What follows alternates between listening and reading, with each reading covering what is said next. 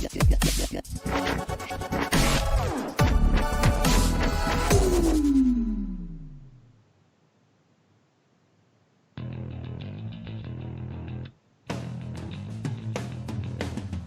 a news flash for you. Mel doesn't need my help. I absolutely adore Doc. He's brilliant, he's clever, he cracks me up every time we speak. He's charming, and I swear to God, if you are gonna scorn like a Scotsman.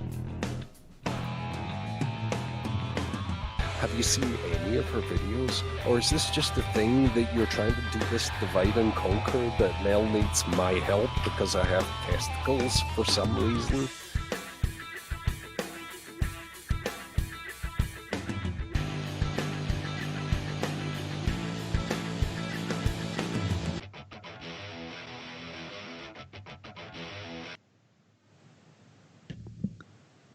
Hey guys! Hello, Mel. Hello, Tony. I'm Howdy. in focus, and is the rest of my house totally blurred? I can be Dr. Big Hands with weird focal. Nice to be I guess back. I'm the Alice of the show. You're the Oh, Alice?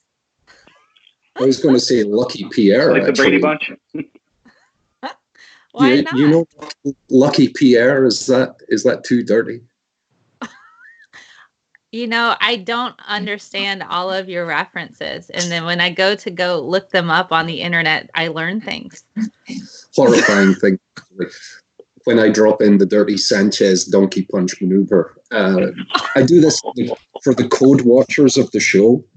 There's a small subset of our esteemed audience who find the hidden geometric patterns in my words. And it's fascinating, all the things they tell me I'm saying.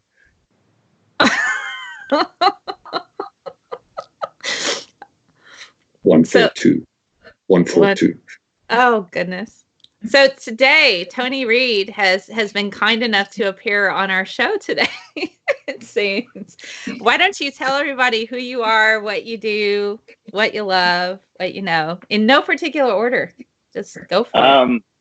My name is Tony Reed. I have a show called How Creationism Taught Me Real Science. And it's evolved from an attempt to make sort of an online video version of Talk Origins, to basically an excuse to explore new science just by using creationist arguments. And if you watch it without knowing who I am, you might think I'm a creationist until about, 5 minutes into the video, when you start realizing, oh no, he's not defending creationism at all. And so I guess I'm the biggest hoe on the internet. Anyone who hasn't seen this series really needs to check it out immediately. It's really entertaining and it's really informative. And Tony goes through the classic tropes of creationism and beautifully dissects them. Tony, have you found any of the creationist arguments that stand up to even cursory scrutiny? What do you think their best argument is based on what you've seen? The best argument I've seen, I just took on recently, and I only say it was the best because it was pretty hard to refute. I had to actually take the summer and learn some quantum mechanics, and it was one of Russell Humphrey's arguments where he claimed to have predicted the planets. Now, here's the sad part is, after spending the summer learning what his calculations were about, I should have just looked up the history of the predictions of the magnetic fields of the planets, and would have found that he didn't make a single prediction. And he made 3 predictions. One of them was so broad it would apply to anybody, and the other 2 were just plain wrong. Other than that, and I should have just looked it up. I didn't look it up, and so I spent all that time learning quantum mechanics for nothing. Yeah. I mean, that's an area I'm fascinated by, and it's well outside my area of expertise. But looking all of the biological arguments, as someone who's trained in that field and professional within it, there isn't one that can be robustly defended honestly. And after doing this for almost 15 years, I'm not seeing anything new being generated. It's just repetition of the same debunked arguments, which I find suspicious and tragic. Yeah, it's unfortunate, and you keep seeing them. I've debated Kent Hovind and called him on some of the old arguments he's made that have been proven wrong to his face. He continues to use them. Unfortunately, I'm taking a new tact when it comes to debating creationists now. I'm sticking specifically to real life application. So, if it's science, it has a real world application. So what can you give us? If creationism is a science, and it is science, it should be able to give us something. So cure cancer, get us to another planet, whatever, save the environment. But if creationism is a science, it should be able to do something, but it is actually useless. Yeah, precisely, and exactly useless. There's a meme going around 1995-ish.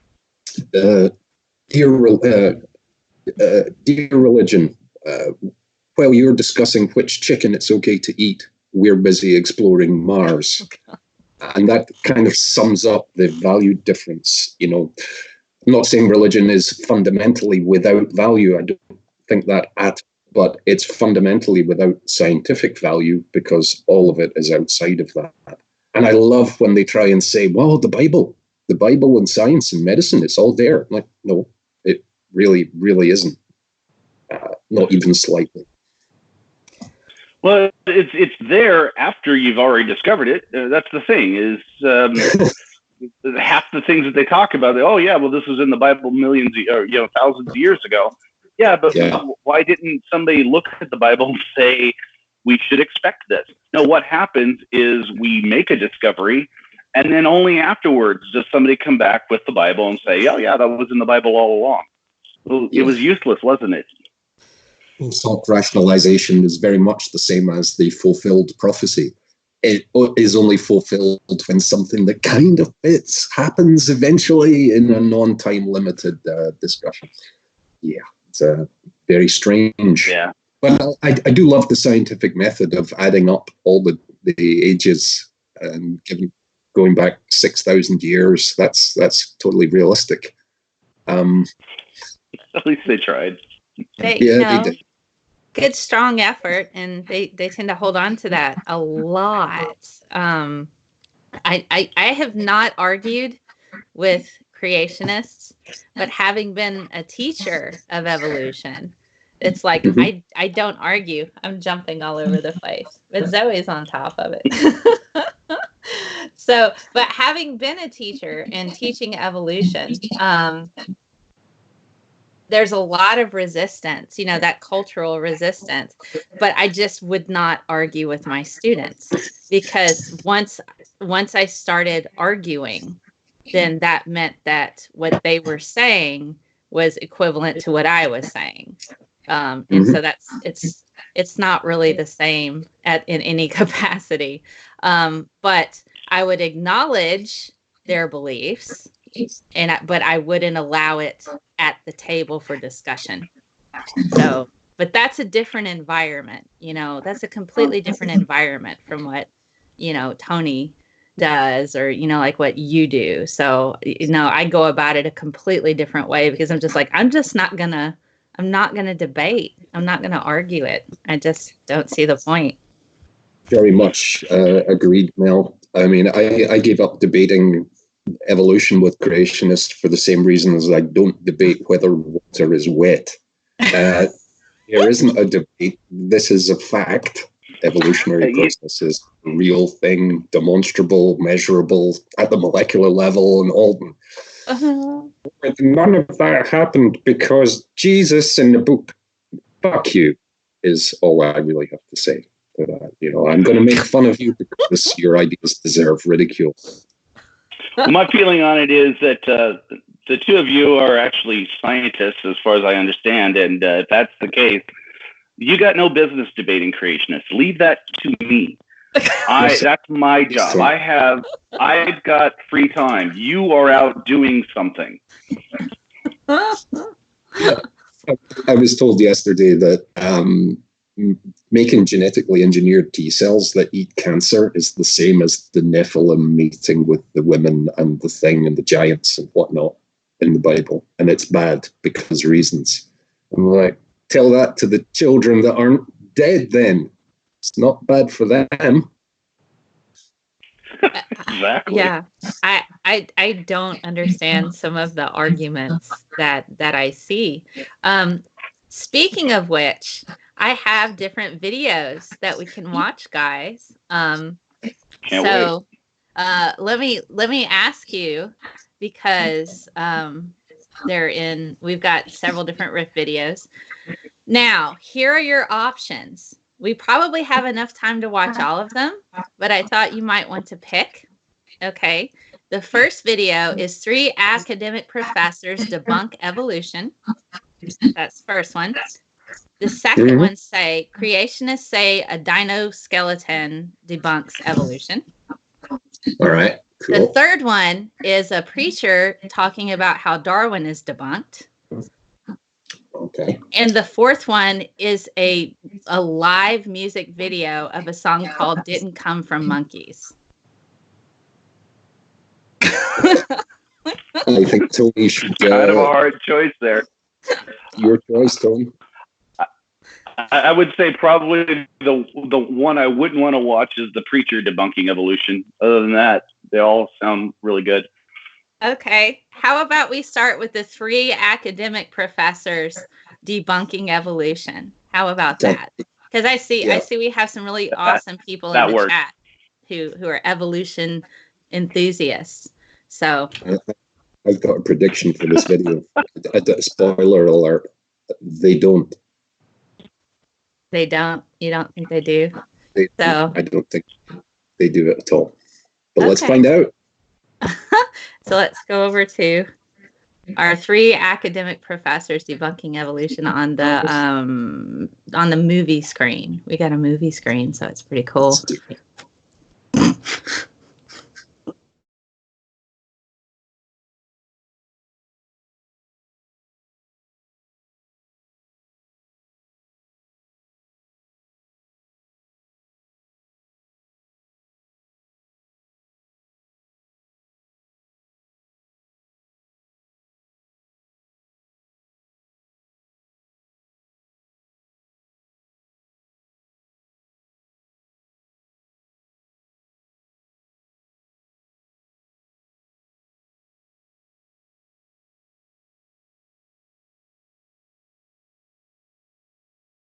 On the other end. So let's try that again. I was hearing it fine. Douchebag street preacher sets up his stall. Douchebag street preacher. Yeah, so we didn't have any volume on that end. So let's try again. Because they had the video. It looked like the video was up, but there was no volume. Yeah, I could hear it great from the Netherlands. You could hear it great. Okay. Well, we'll try again. Okie dokie.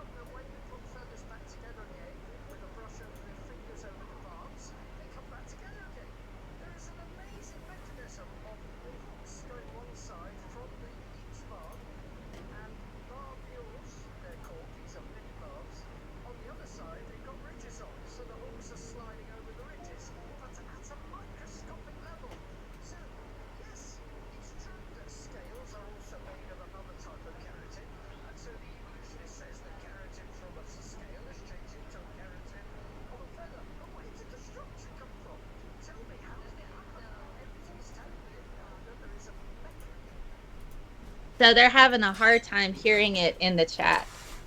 All right. So basically, the dude was showing a feather and saying, in very brief terms, it's nifty, therefore Jesus.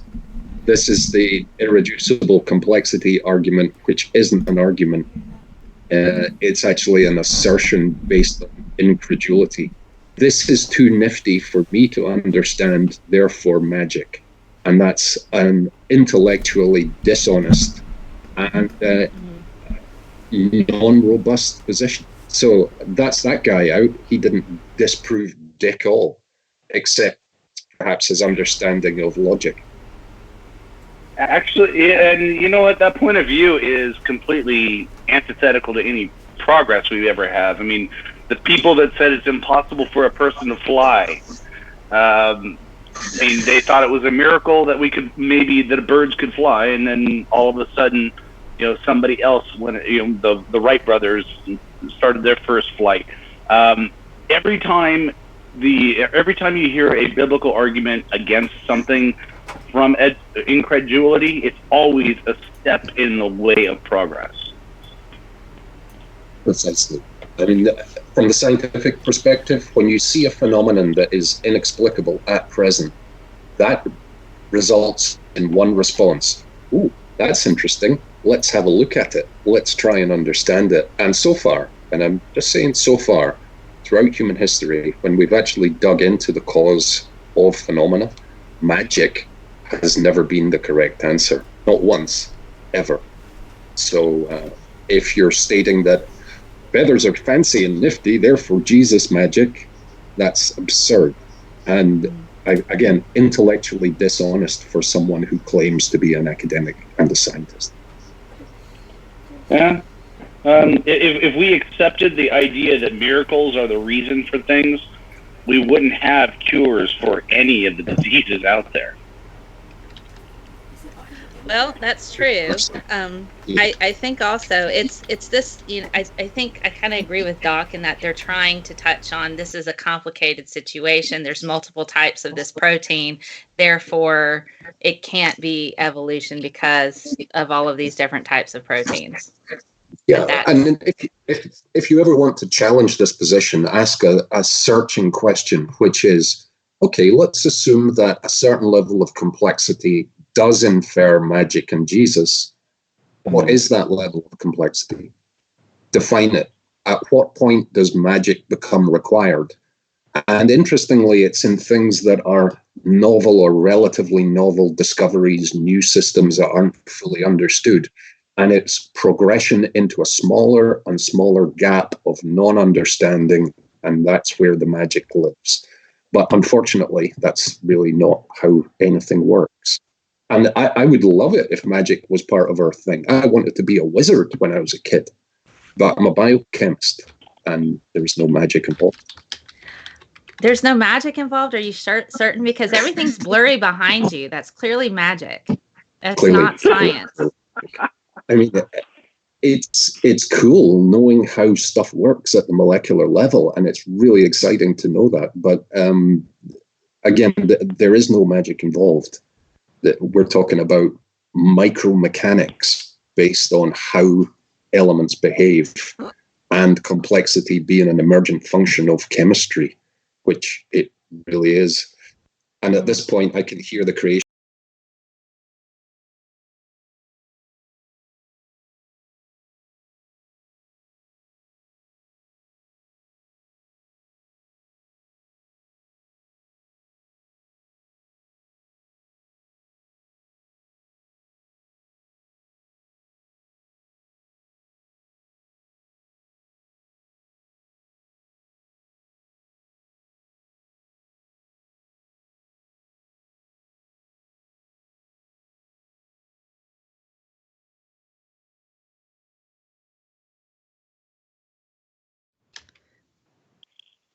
Mechanism here where you've got to have barbules on that side different to the barbules going on the other side, and that's the clever little mechanism in every feather. Did you know that every feather is controlled by a muscle on a bird, and that for some birds there are literally tens of thousands of different types of feathers? Thank you, Professor Andy McIntosh. Let's come next to Professor Stuart Burgess. You need to Google this man's name. He's an interesting man. I think one of the things I would tell people is the human body. So Stuart Burgess.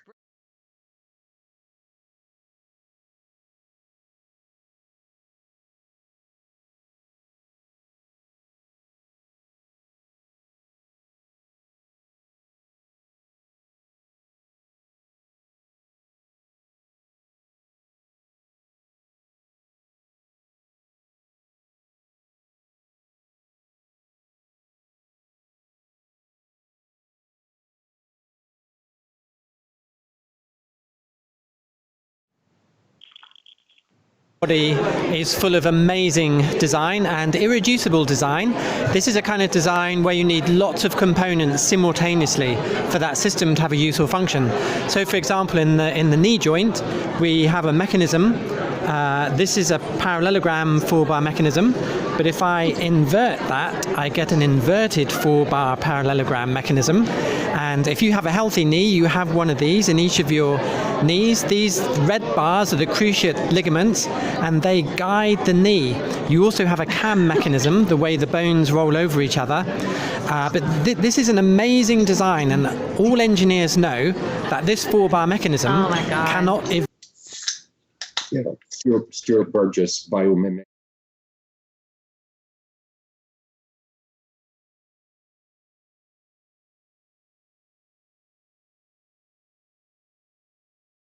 Engineers, and it's interesting to me. I know that at one point in time when I was discussing hydroplate theory, Walt Brown was defended by creationists as this amazing scientist while they were still debasing Bill Nye for being nothing but an engineer. And I always thought that was odd. But I'm noticing a lot of engineers that are creationists, and I'm wondering what that's about. My feeling on that is engineering science focuses on what the bits can do when the bits are joined, not on how the bits come to be. So if you add biochem to that, you understand that the appearance of design does not infer design. It infers selection based on fitness. And all kinds of complexity generates therefrom by definition. So the Burgess' argument here is exactly the same as the previous one. It's complex and nifty, therefore my specific brand of supernatural friend must have done it. Now, even if we say it's complex, nifty, and designed, how do we go from that point, which is a reach already, to my specific brand of Jesus? If that reaches any conclusion, it's there is an unknown entity at this point. Could be Santa. What do you think? It bugs me because they have this mentality that because it's complex, that means, it had to be premeditated in order to generate. And that's not what we see, even on a cellular level, where we can see the evolution of viruses and bacteria, and you can see these changes. Now, it's just, it makes me kind of nuts because they seem to think that, nature, we have to have some kind of premeditated plan in order for a thing to happen. If that's the case, my knees wouldn't suck right now. And my eyes would not need glasses, because I've got to tell you, this is not the best option. And if this was premeditated and planned this way, I'm pretty angry. Yeah. And, to be really brutal about it, the intelligent design argument, which is what these guys are proposing, is creationism. It's not like creationism. It is creationism, as evidenced by the Of Pandas and People word search. So the earlier edition, pre-Kitzmiller versus Dover, has the word creationist or creationism. And they ineptly changed that to intelligent design without really checking the text in the next edition. So this has been examined in a court of law, and it has been found that intelligent design, irreducible complexity, not an argument that's scientifically valid. at all. So the fact that they keep trotting this out is, by definition, dishonest. And I think Jesus would be really upset about that. I think he would cry a little bit. I want table flipping Jesus. That is forever my favorite Jesus, is table flipping Jesus. I like it when Jesus gets mad and gets all Chris Brown up in a church. That's kind of what I want to see. I also liked it when he started whipping people, but I'm into that kind of thing. There's an octagon cage match with Jesus. Think about it. Hey, Tim, you've been fucking lying in my name for 20 years, you grifting old scumbag. Oh my gosh. Do you guys want to keep watching this video, or do you want to watch something else? You want to keep watching this? I wouldn't mind seeing the third one, because so far we've seen two of the same argument. So how do you rate the second one, Doc? Out of 10, how do you rate him, the second one? 1. A 1 out of 10? Because he knows he's just repeating bullshit. And any professor who has a listing on creation.com can shampoo my balls because they've given up their scientific integrity. Oh my gosh. All right. Well, let's go back and check out the rest of that video and see what the third guy has to say. So that'll be interesting. Step. You need all 4 bars, all 4 pins simultaneously. It cannot evolve step by step. And lots of other parts of the body, we have this irreducible design. We have an arched foot, which is a little bit like an arched engineered bridge. It cannot evolve step by step. All of the parts need to be there together. Just another thing I want to mention about the human body. The human body is full of over-design. Our hands are not designed to throw a punch, as evolutionists say, or to throw a spear. They're designed to play the piano. When you think of the amazing skill that humans have to play musical instruments, that makes sense if God has created us, but it doesn't make sense if we were evolved to be hunter-gatherers. Just one last thing I want to say. A lot of people think all academics in universities are confident in evolution, they don't believe in intelligent design, but having spent 25 years in academia, I'm amazed how many academics are very sympathetic to intelligent design. That doesn't come across in the media, but that's what I found from first-hand experience. Thank you. And Professor Stephen Taylor now, your evidence. Well, when I teach at university, I teach electromagnetics, and also this year I teach electrical drives. And we try and study electrical machines. That's the things that we find in anything from a Hoover or a car or an electrical motor in an engine. But Okay. Oh my God. So he's sitting here going, electromagnetics. Okay, and then he's talking about a vacuum cleaner. And what do you want to bet that he's going to go with? Living things are complex, just like my Hoover. Therefore, it had to be pre-planned and designed. I'm thinking he's going to go full flagella because it looks like a spinny thing. So that means Jesus. These guys are a fucking embarrassment to highly educated people, because if they don't know they're lying, they really should. And I think they do. And I think this is based on pre-existing suppositions about imaginary friends in the sky coloring otherwise good judgment. But as I said, they should be embarrassed, dishonest bastards. I really hope you're wrong about what his argument's going to be, but you probably are right. Oh, God. I'm hoping I hear something new. I really do, because I need an episode. It's not going to happen. Well, let's see what he has to say. Let's see what the argument is. Oh, God. Electrical drive on the planet is called ATP synthase. Let me say that again. ATP synthase. It's the motor in... Next. I was going to do ATP synthase. Oh, no. God. Not that. Fuck your ATP synthase. Now we know where he gets it. Oh, man. There's trillions of them in your body, and in fact throughout life on Earth, from simple cells, simple creatures right up to us. But also these motors are far more efficient than anything we can design, humanly speaking. They're more than 99% efficient. They rotate at speeds between 6,000 to 9,000 RPM, and that they produce the energy that we need to keep going. If these stop, you and I die. That's how important they are.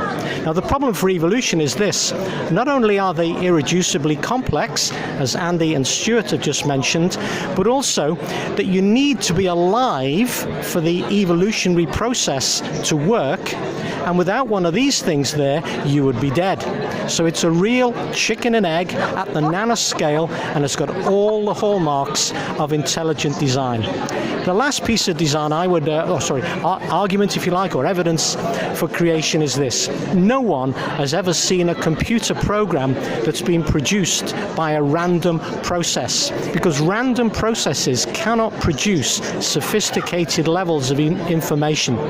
You look at the genome with its billions of base pairs, and you find marvelous coding levels that we cannot understand.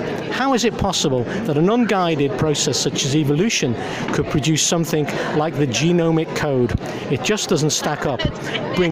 Information theory. Oh my God, read a book. There we go. Yeah, that's actually my next video is on information theory. But I have a book for you, Tony. I have a book for you. Look up. I will read it. I will read it. I guarantee you. Touchstone of Life by Lowenstein. Look up Touchstone of Life by Lowenstein. He talks a lot about biological applications of thermodynamics, including Maxwell's demon, and it touches on information theory associated with biological systems. I think you really enjoy it. I probably will, because I'm that dull as a person. But I liked it. I don't think I'm dull. No, I'm told that because I've got a roommate, and every once in a while she'll ask me, "What are you working on this week?" I'm like, "Planetary magnetism." She's like, "Go away." Because the subject that I'm always taking on. Don't be brought down by that. I would be like, "That's awesome. Let me make you some toast." The thing about this, it is interesting that he did the information thing, but I'm so sick of hearing about the ATP thing.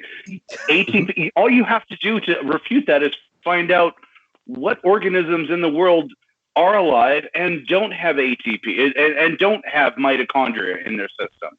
It's not necessary for life. It's necessary for us. But we've evolved to depend upon it. But the other thing is, I wonder how a creationist would feel about the idea that, in a sense, ATP is the poop of mitochondria. It's like mitochondria are a separate being, technically, pooping their nutrients into our system that we use to live on. I don't understand. I mean, it's a funny thing for me to think about. Judging by your guys' lack of reaction, it's not that entertaining, but to me it is.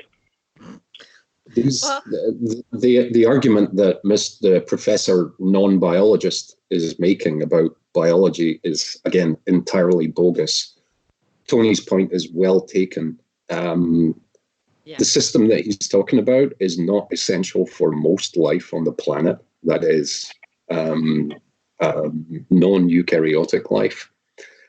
And the mitochondria that we have in our cells is an endosymbiont of a rickettsia-type bacteria that has the capability to make ATP, which we use as a currency of energy to move it around in cells.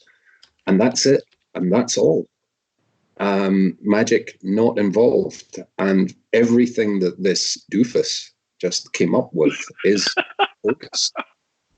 And I liked doofus number 2 saying, lots of academics, because anecdote, don't agree with Darwin because anecdote. And yeah, they never fucking publish that stuff though, do they? You know why? Because they can't, because it's not science. Not real. So I see 3 tragic old men with bees in their bonnet at the end of their career. They're no longer relevant. and they have a stage and a platform. People will be nice to them as long as they don't challenge the bullshit. But the dishonesty is painful for me to watch. It angers me because they represent institutions of higher learning, and I'm pretty certain the majority of the people there in the various science divisions, particularly the biology portion, would sit there, and even biochemistry would sit there like, this is garbage. What are you doing?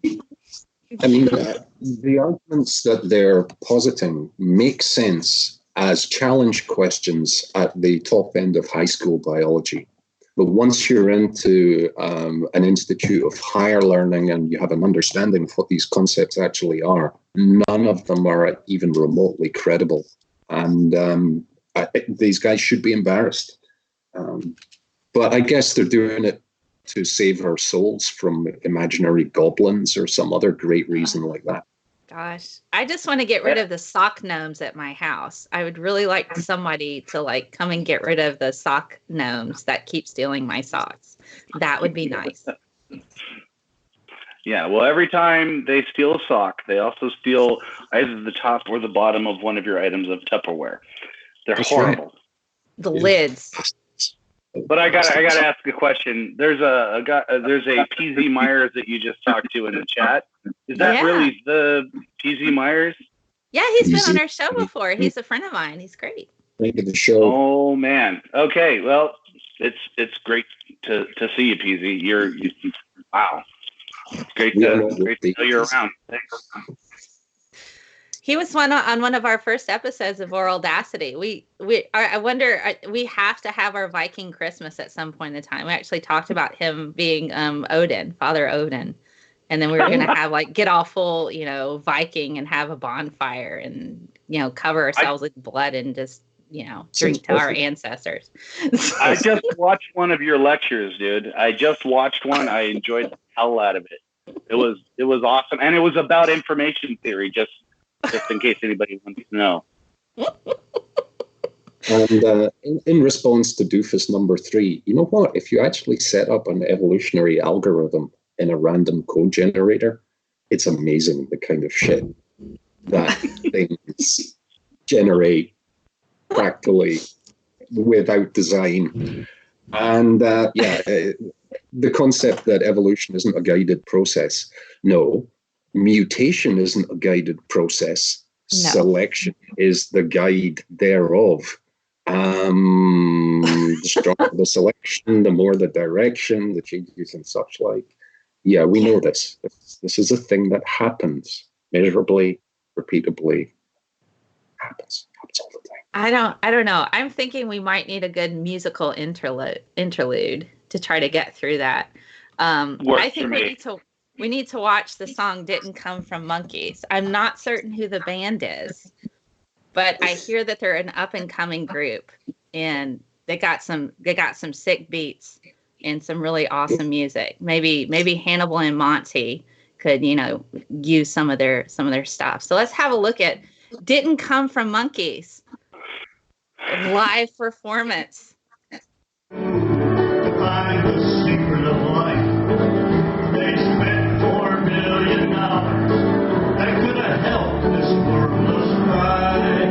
They didn't find the secret in the moonstones that they found. They should have come to my town. We got rocks all over the ground. Oh, we didn't come from monkeys. We didn't swing from trees. We're not a piece of seaweed blowing in the breeze. It was the big explosion that caused you and me. We know God created you and me. Amen. Now a teacher told me long ago, shoot fireballs in the sky. They were coming toward each other, and that's enough to make you cry. He said there was a big explosion that made you and me. When my old car backfired, I thought I'd racing the land of the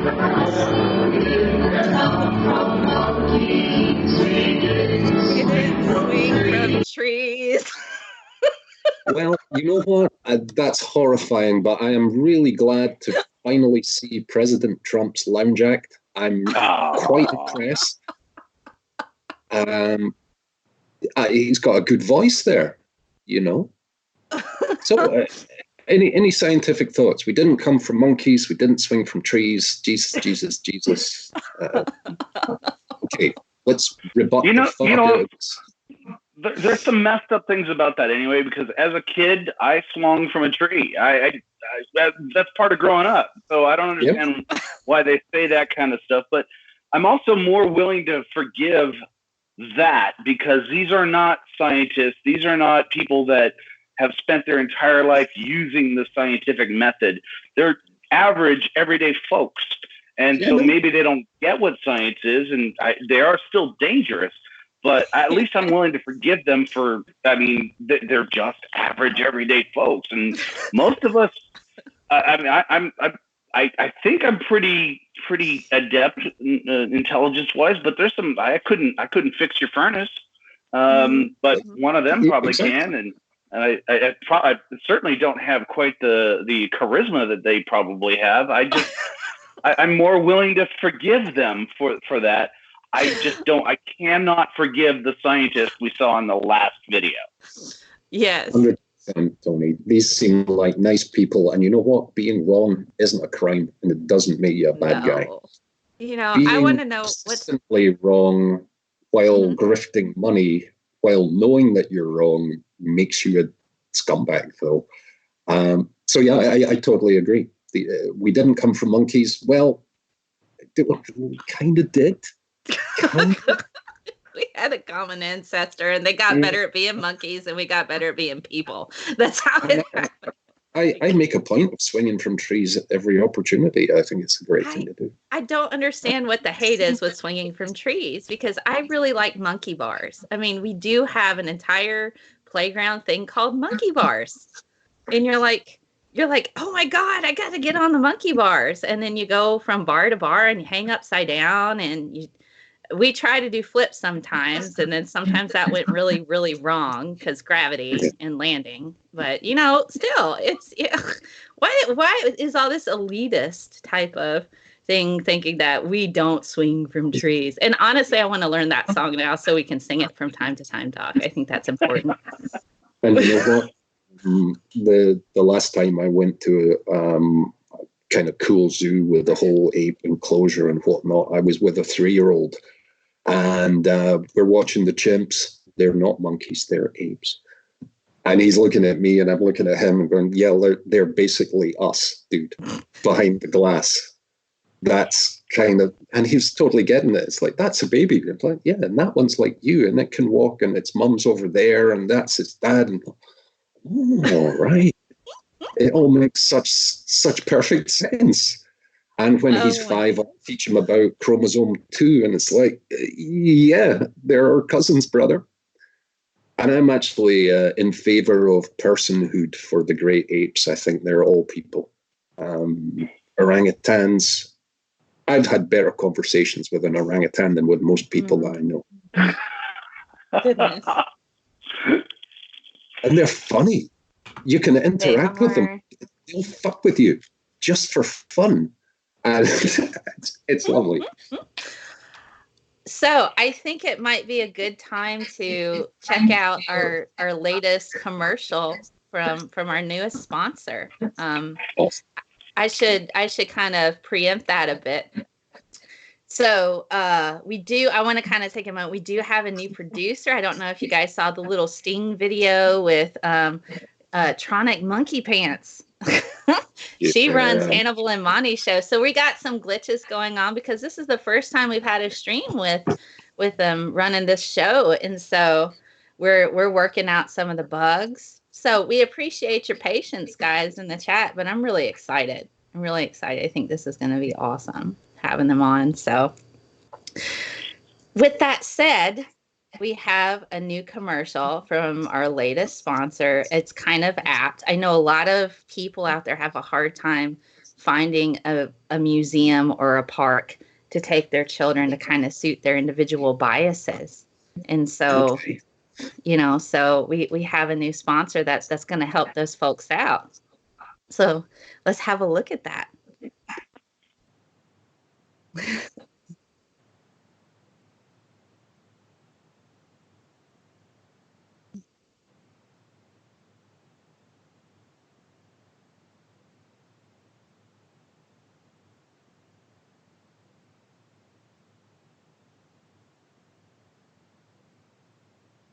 Yeah.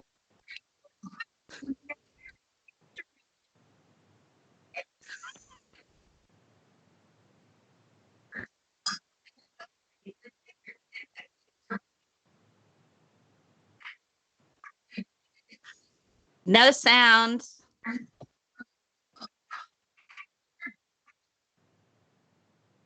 Bygones, we recreate unsubstantiated claims of the origins of life. We have a dino park in our backyard where you and the kids can interact with our dino models. We show our truth about dinosaurs and people coexisting peacefully in nature. Take a scenic walk through our backyard and encounter our dinosaurs. Then see if you can spot our very own dinosaur riding Jesus. He hands out coloring pages as souvenirs to remember your experience in our backyard. Photo opportunities are available, including recreations of our ancestors with such species as Megalodon. Oh, that looks scary, don't it? We are open on the weekends and offer group rates for your organizations. So stop worrying about science, facts, and modern museums. Come to our backyard bygones and enjoy indulging your bias. It's great family fun.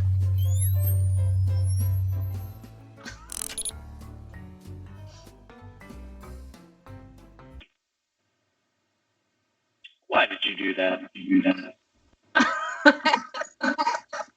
Here's the thing. That's funny, and it's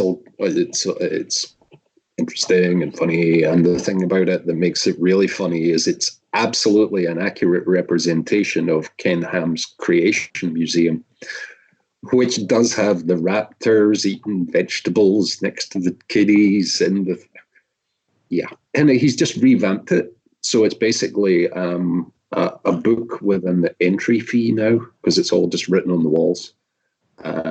Oh my God. So yeah, dinosaurs, people, Ica stones, all of that bollocks. And people are paying hard-earned money. People who don't have any money are paying hard-earned money to be lied to by a charlatan. One of many. It's pretty terrible. It's hard to, when I make these little commercials, I try to make it, associated with the topic.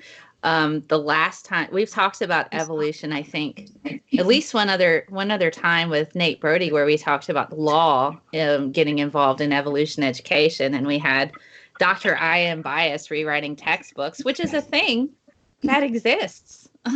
People will rewrite textbooks to suit their own particular perspectives. And you're like, what? Like, this is not how it's supposed to work.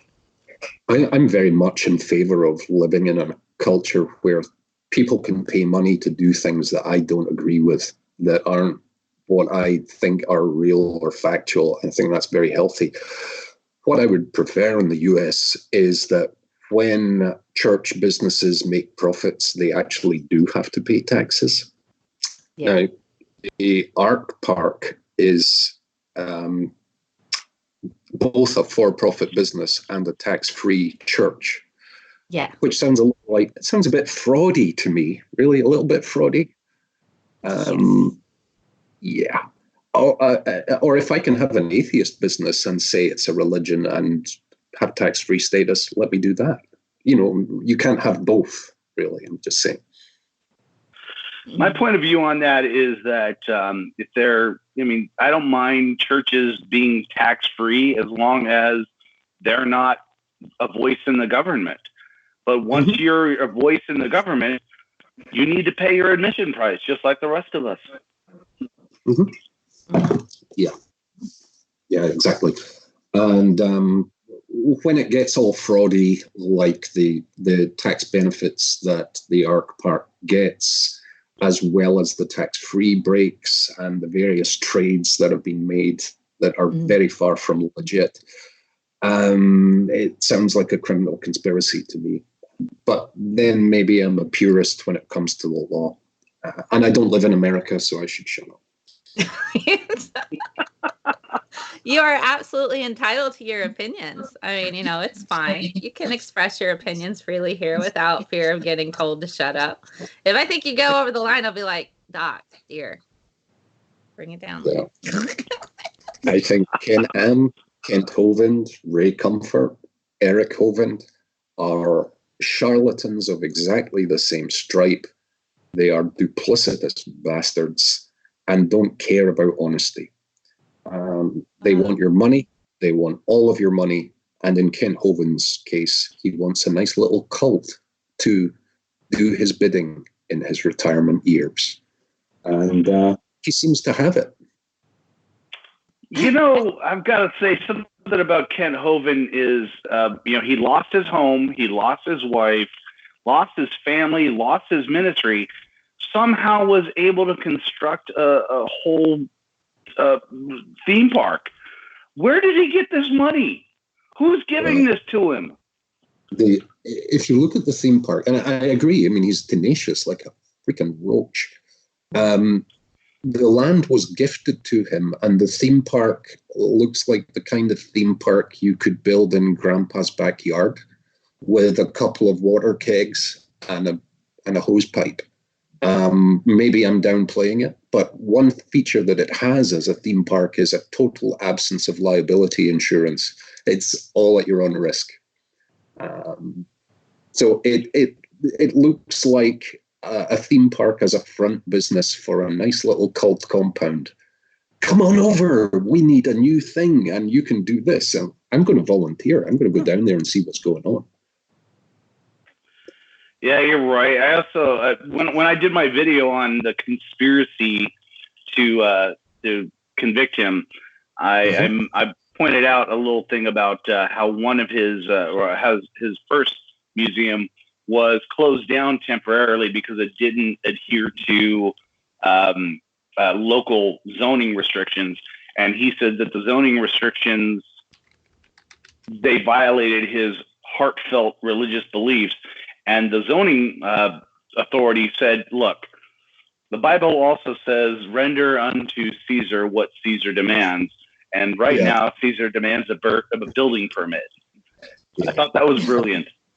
I remember that bit. And this is a piece of hot water that Kent got himself into for basically being too belligerent to apply for a $50 license. Instead of that, he invested thousands and multiple hours in court for a total waste of time. But that's what a malignant narcissist would do. They can never be wrong. And I really think that's what he is. But Kent, I mean, I don't know, Tony, what do you think? Has Kent repeated it so often that he actually believes it now?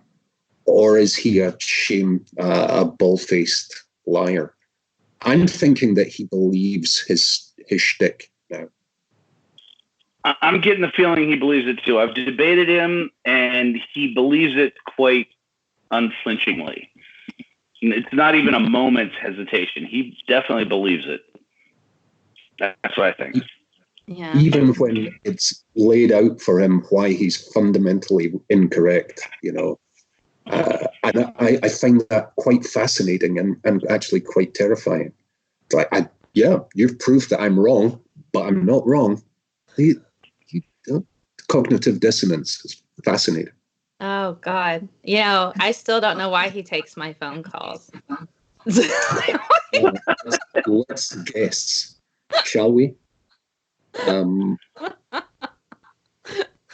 Oh, the last time I called him was Nate Birdie was on here, and he texted me back and said, "Can you call back later?" Don't call him that. He's not safe, people. No way. I won't. Maybe I'll call him down the down the line again. But he likes talking to me, so. Dirty old man. But I don't think he knows.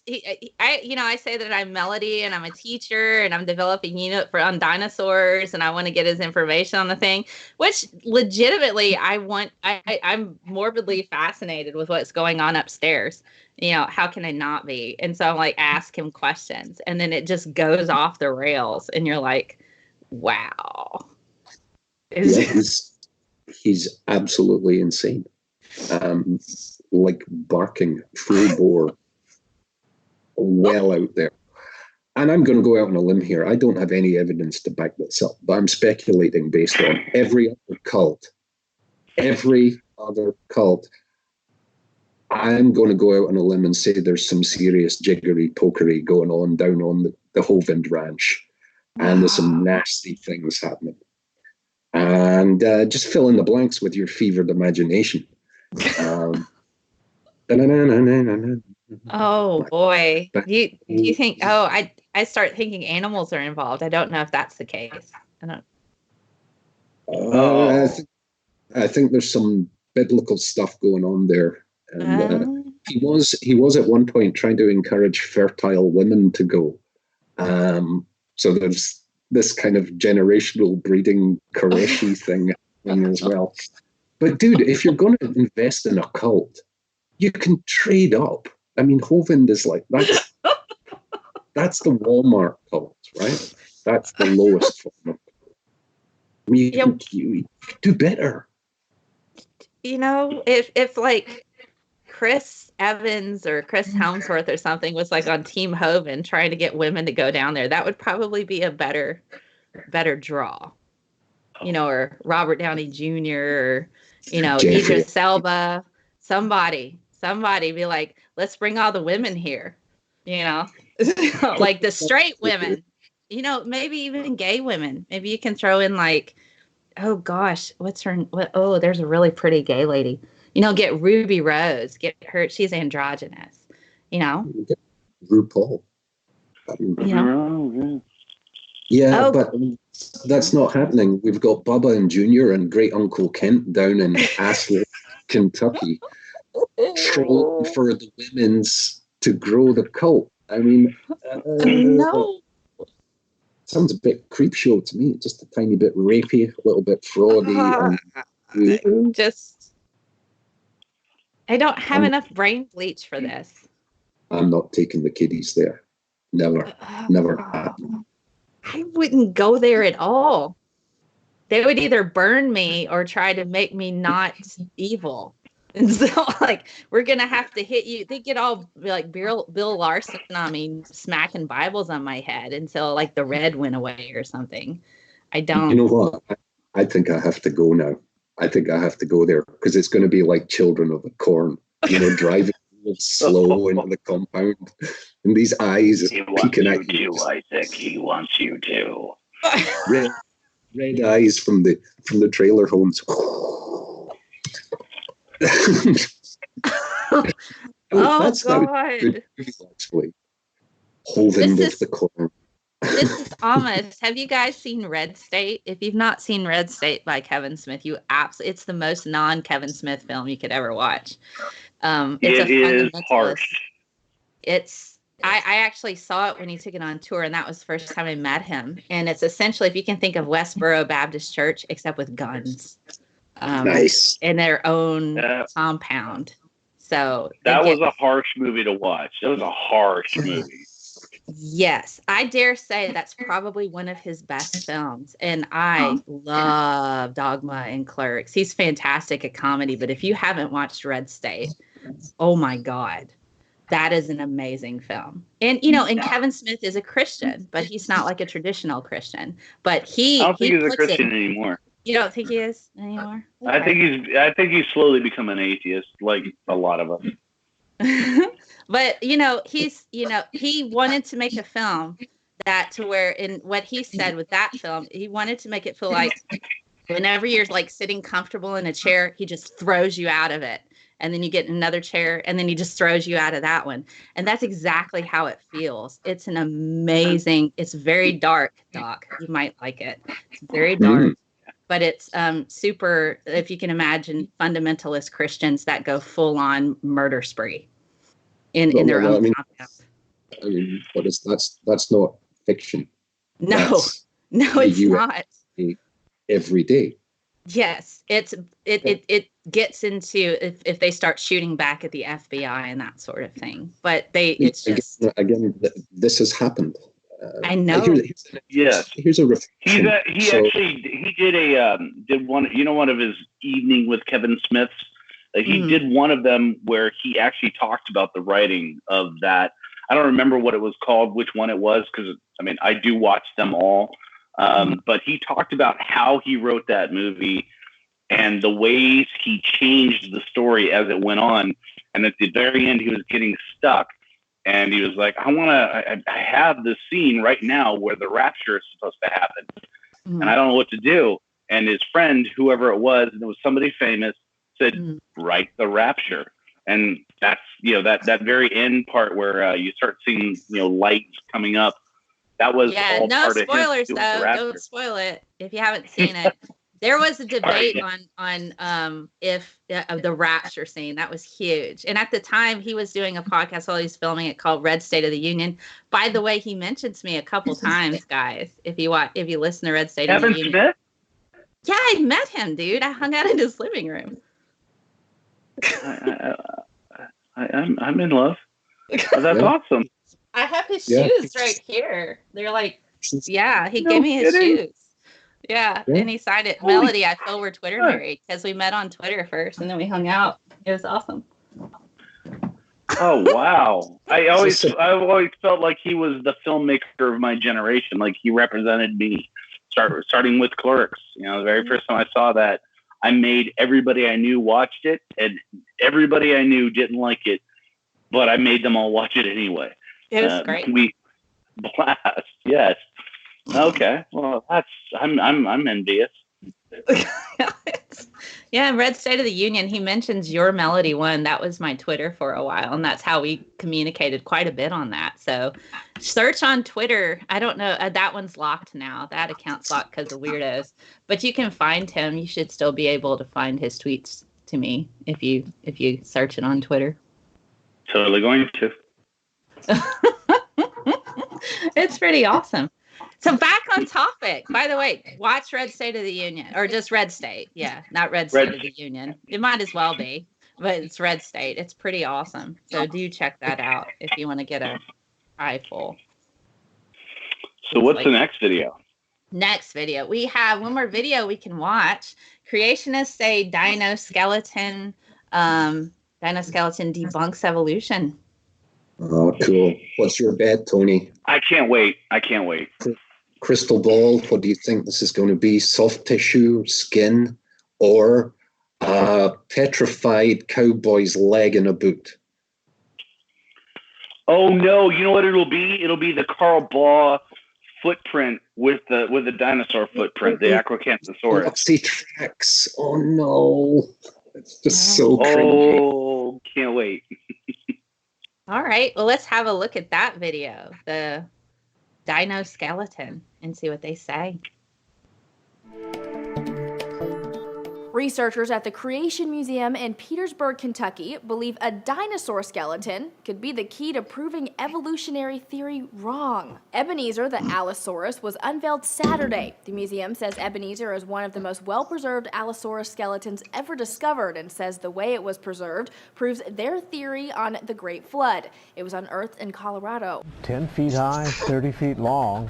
The Creation Museum is operated by the ministry Answers in Genesis, which maintains that dinosaurs lived alongside humans just a few thousand years ago. Answers in Genesis owns the museum. The museum's president and founder said, "For decades, I've walked through many leading secular museums, like the Smithsonian in Washington, D.C., and have seen their impressive dinosaur skeletons, but they were used for evolution. Now we have one of that class, and it will help us defend the book of Genesis and expose the scientific problems with evolution." again. So, how exactly are dinosaur remains connected to creationism? Well, according to the museum, because Ebenezer was found with the bones in the correct anatomical positions and with the layer of sediment left from the flood, proving the dinosaur is a testimony to an extremely rapid burial, which is confirmation of the global catastrophe of a flood.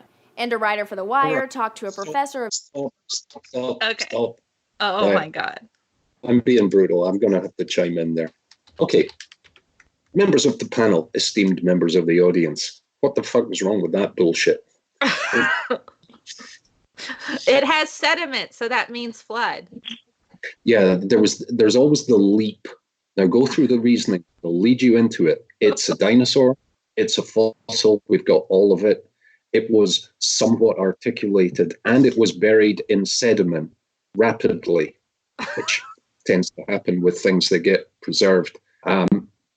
Then there's the leap, which means there was a big, scary, magic flood less than 6,000 years ago, and everything else in the Bible is true.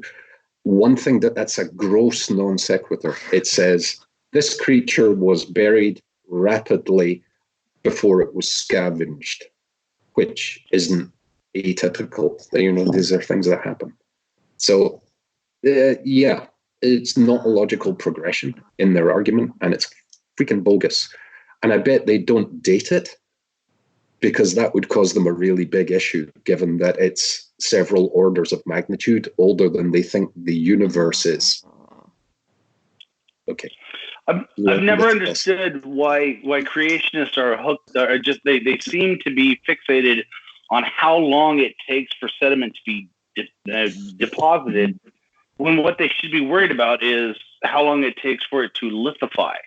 It's not that it takes a long time for sediment to deposit, or even an ash layer. What does take time is for it to become hard rock. Yeah. They don't seem to understand the distinction between concretions, petrification, and fossilization.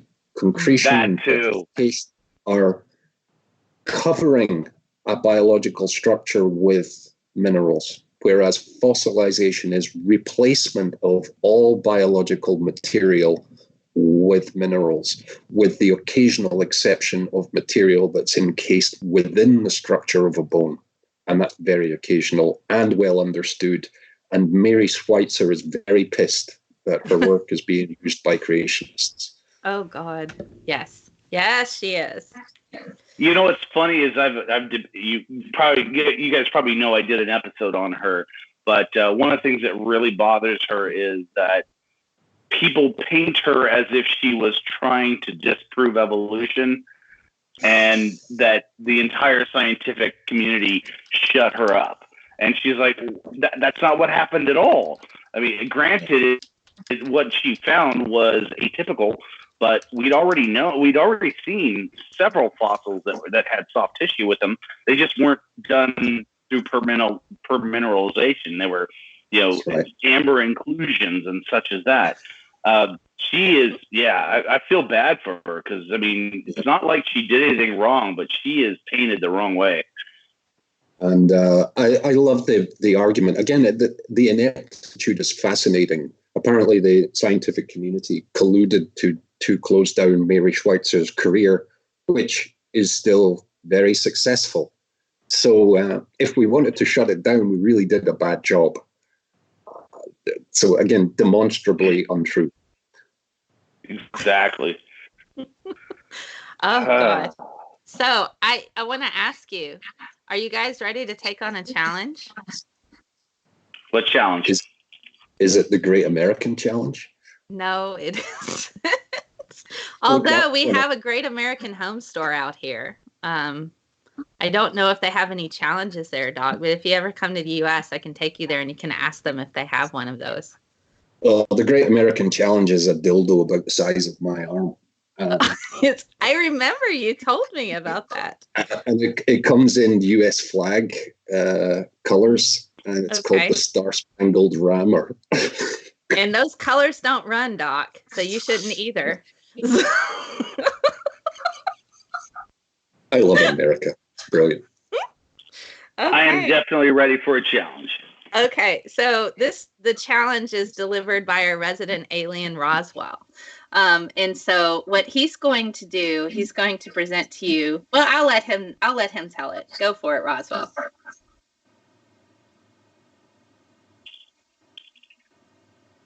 Oh, I can't hear it.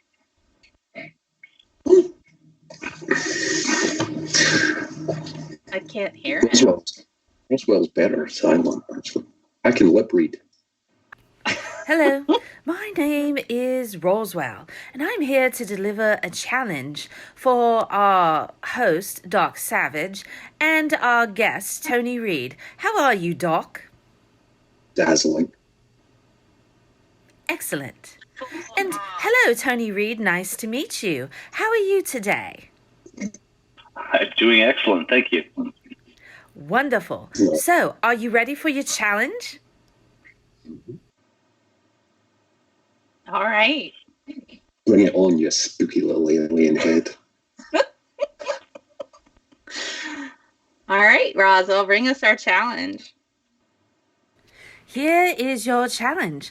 I'm going to give you a list of various arguments that certain individuals who deny evolution might use in order to substantiate their claims. So, you have to guess if it is a real argument from a creationist or not. It shouldn't be that difficult. I imagine both of you have quite a bit of experience dealing with these particular arguments. So, let's get started. You guys ready? Yeah. And those of you in the side chat, play along. This month we're giving away a swag bag. So the person who has the most Mel's Minions points gets stuff and things. There you go. Yeah. Your source of crap. Give me your money. Is it Christmas crap that you're giving away? No, it's stuff like, maybe a mug. I have a mug with my face on it. I'm going to throw in one of my little action figures here. I have lots of action figures. Going to throw that, maybe a t-shirt. So just in time for the holidays. So, yeah. You can also get a signed limited edition picture of my ass, especially for the holidays. Yeah, there Merry you Christmas. Go. Yeah. Maybe photocopied. Make a bunch pushed right on the glass. What do you think, Doc? Well, actually, as an aside, I have a PvP piece about a person who can read your future based on a Xerox of your bunghole. That's a thing. It's only $49.95. All right. Well, all I got to give away is if you come out to Vegas, I'll give you a hug. Okay, that's all right. Cool. All right, I can't wait. Let's do the challenge, Roswell. Here's your first challenge. This particular argument is called the peanut butter argument. So essentially it's in favor of an intelligent designer, and essentially it states that life does not evolve spontaneously in sealed jars of peanut butter. It's absurd to assume that this would happen spontaneously as life came out of a primordial earth. So, is this a real conspiracy that they have? What do you think? Probably yes. This is a real argument. I've actually seen it in a video, and I just wish I could remember who it was. I want to say Henry Morris. Not Dwayne Gish. Henry Moore. Yeah, that's him. That's who it did. Who presented it. I think it's used it as well, but I think Henry Morris, towards the end of his life, embarrassed himself by, if I open 10,000 jars of peanut butter, why isn't there an elephant in one of them? Therefore, Jesus. No, fuck you. These idiots. That's not how any of that works. You prove nothing except that you're either a moron or a duplicitous moron. There's no third option, by the way. Yeah, no third option. All right. Well, what is it, Roswell? So I meant to say argument instead of conspiracy. This job that I have on this show, sometimes I, mix up my different things that aren't real. So it's quite difficult sometimes.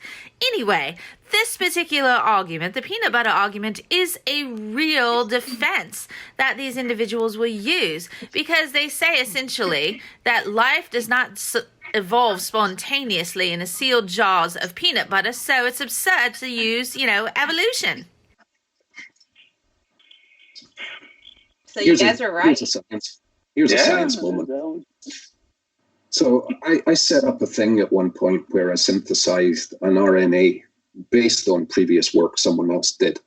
And this RNA has this great ability of being able to catalyze its own reproduction, meaning it copies itself badly, meaning that multiple different versions of it spontaneously generate in a chemical mixture. And you can tweak the selective pressure on those, and it's a little bit like having made life. And all the complexity follows therefrom. Self-replication with errors leads to an evolutionary process. Peanut butter, not so much. Mm-hmm. There's also a little issue that I noticed, and I want to address the rebuttal to a creationist argument. We often say that evolution doesn't begin until after life exists, but there are things that evolve, and I mean biologically evolve. There are genome changes, viruses we call them, that are not technically alive, and yet they do evolve. Evolution is a different process entirely from abiogenesis. It is related. There's some overlapping magisteria, but I would really hate to see somebody make the mistake of arguing that evolution only begins after life begins, and then having some creationist give them a gotcha request and walking away feeling so fulfilled, when in reality, it's a different process. It's not that one requires the other to exist. It's a different process entirely.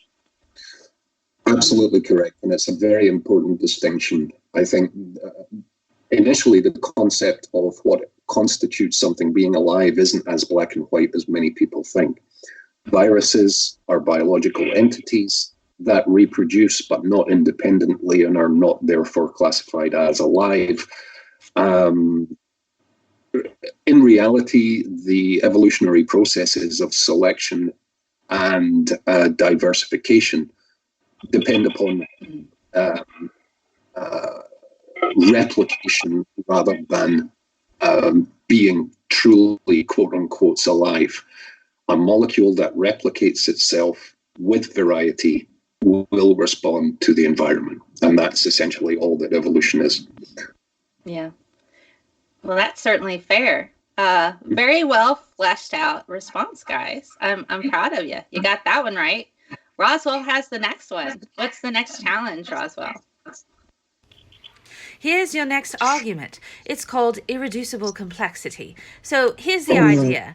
Kind of comes from this claim that some biological systems appear to be too complex to have arisen by natural selection. It concedes that certain organs and certain things could evolve, but these particular complex systems absolutely have to have an intelligent designer and can't be explained. So, is this a real, anti-evolution argument?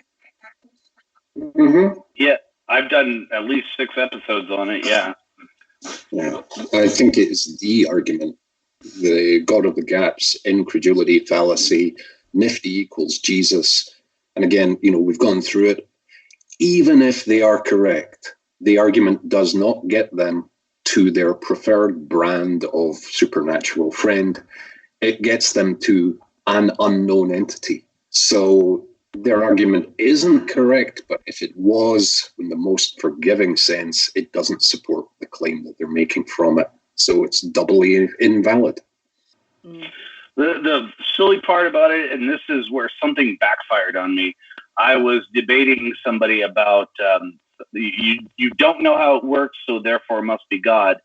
I did a magic trick for somebody, made something disappear in my hand right in front of them. And I said, so how did I do it? And I was waiting for him to come up with, you held it behind your finger, you did that.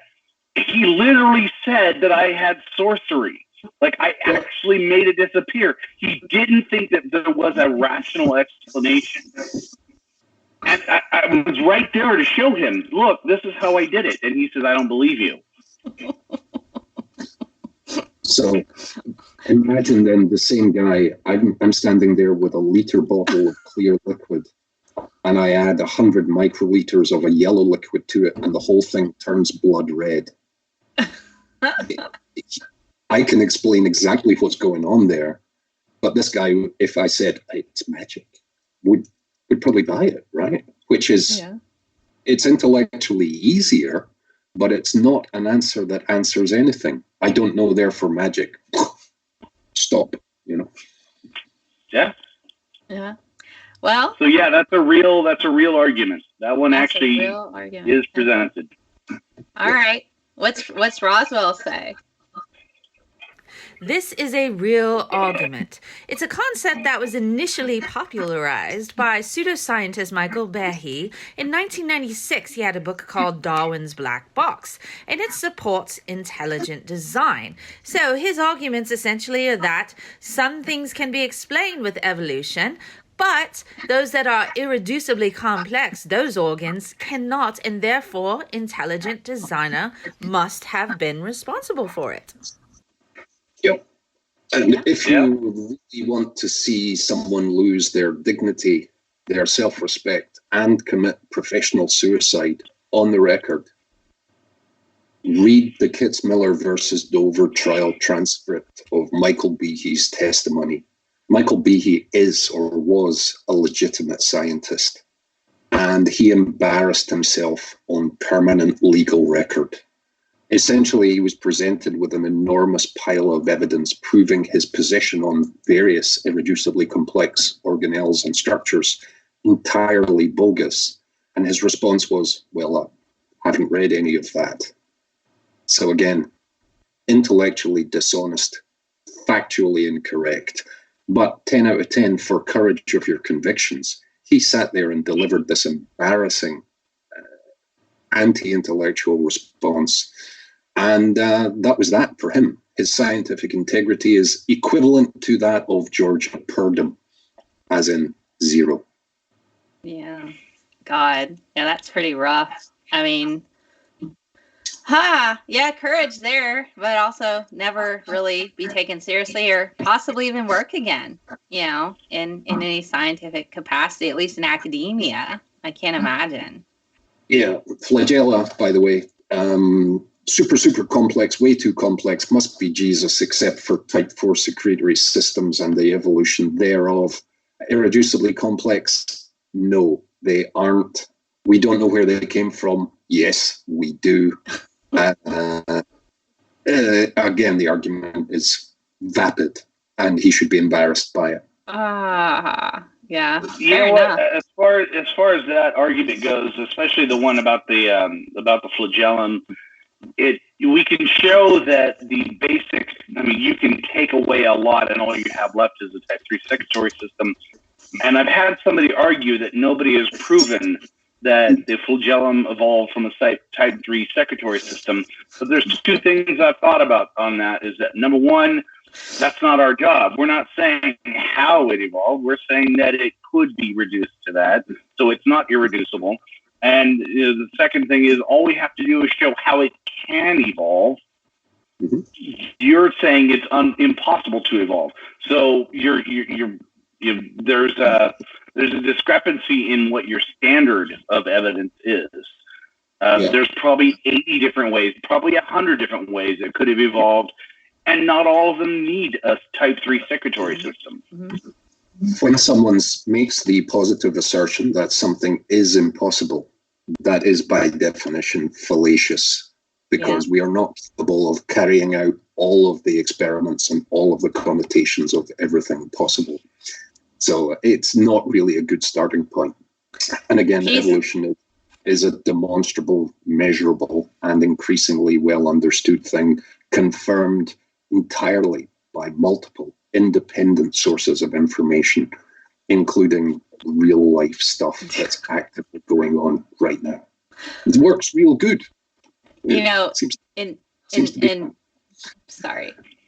Behe's, I don't say words so great sometimes. In his defense, Peasy pointed out he waited until 10 years, so it's fine. He's okay. He waited until he got 10 years. Yeah. Does Roswell have more for us? Yeah. No, he does. Because he does. All right. I think we have 2 more challenges. Yeah, go for it, Roswell. Okay. Here is your next argument. This particular one is primarily used by individuals who are a bit more religious, and they link teaching evolution with an increase in crime. So essentially they say crime is a result of sin. Now, prior to Charles Darwin promoting evolution, there was crime, but since it's been taught in schools and not creation, there's a higher incidence of crime, as children do not have anything to base their morality upon. Is this real? I believe I have heard Venom Fang X use that, and I believe with that he said, if you believe you came from a monkey, that gives you the excuse to act like a monkey. Which I don't know why he thought that I couldn't return that, or why we couldn't turn that around on him. If you believe you came from God, that gives you the excuse to act like God and commit mass genocide. But it is a real argument. Absolutely. Venom would absolutely agree with that. He is the voice and sword of God, and everything he says is right, because psychosis, this is a real argument as well, very sadly. All right. What do you say, Roswell? Is this real? This is a real argument. Now, there doesn't seem to be a positive correlation between crime rates and teaching evolution. And, the United States was generally more violent in 1870 to 1910 before evolution was taught, especially given the low population density of the time. But, essentially, crime rates have been dropping since 1989. But this is a real argument that's used primarily at the Living Word Bible Church. Funny. Interesting stuff, huh? Yeah, and the statistics, certainly from 2018, of U.S.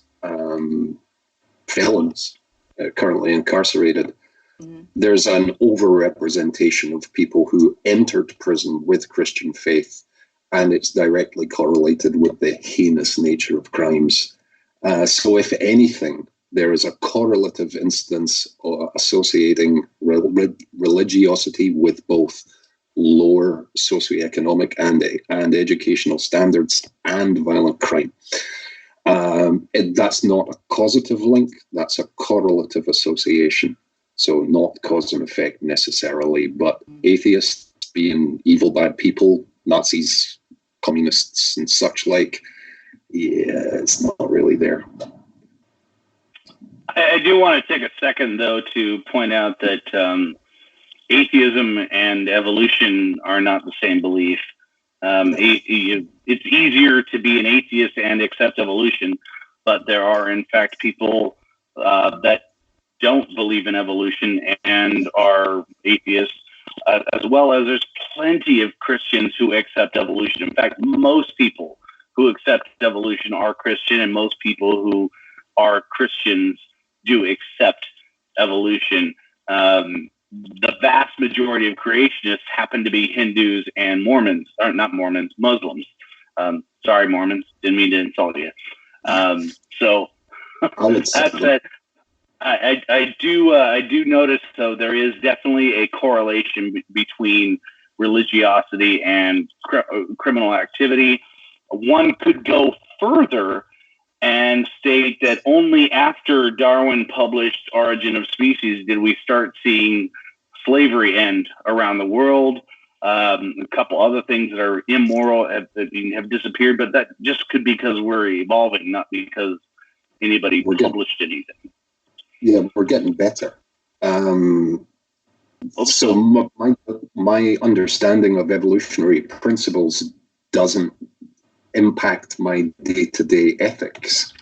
There's an underpinning in terms of behavioral psychology, but the two are not hard linked in any sense at all.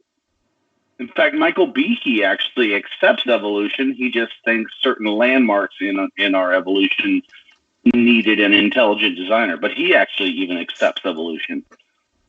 So does God's mouthpiece on earth, if you are a Catholic, because the old Pope had said, yeah, totally evolution. That's how the God thing did the thing, and it's all good now. Just ignore what we taught you all the time before. So, I mean, if that's an authority that you give any credibility to, good luck to you. Oh my goodness. Well, we have one more challenge, I believe, from Roswell. You guys are doing great so far. Let's see. Here is your last argument. There's something associated with the starlight problem.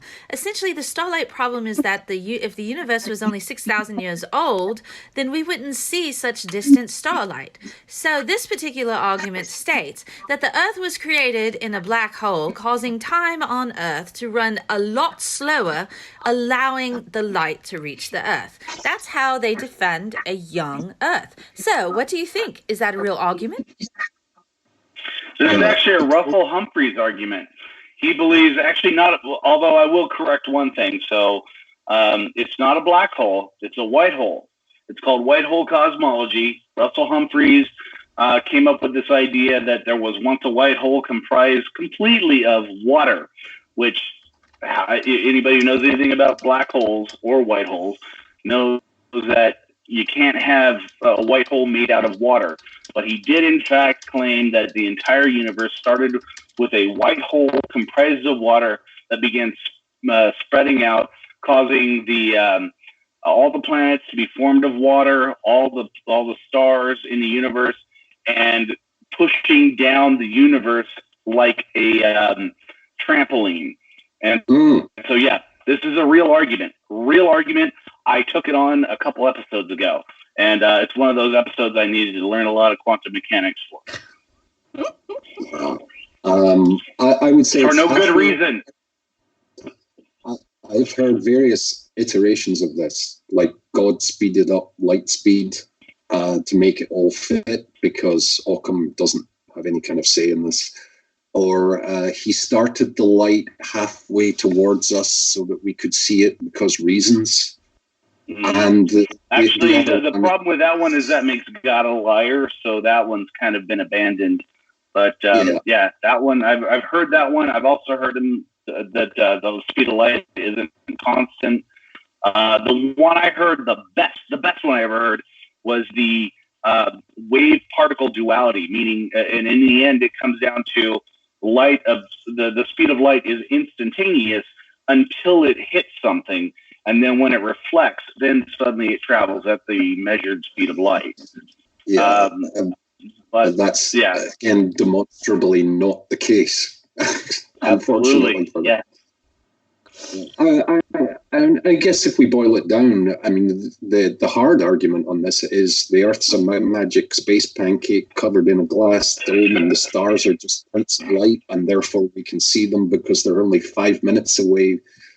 It all gets wacky, and if we're making shit up, you know, the magic water white hole, which isn't possible, was sneezed out of the left nostril of a cosmic goat, and that's a plausible story because I just made it up, you know.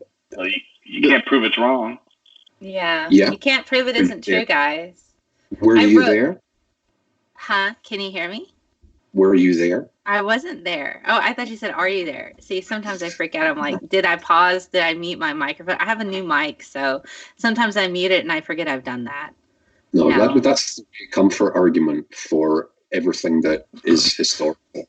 Were you there?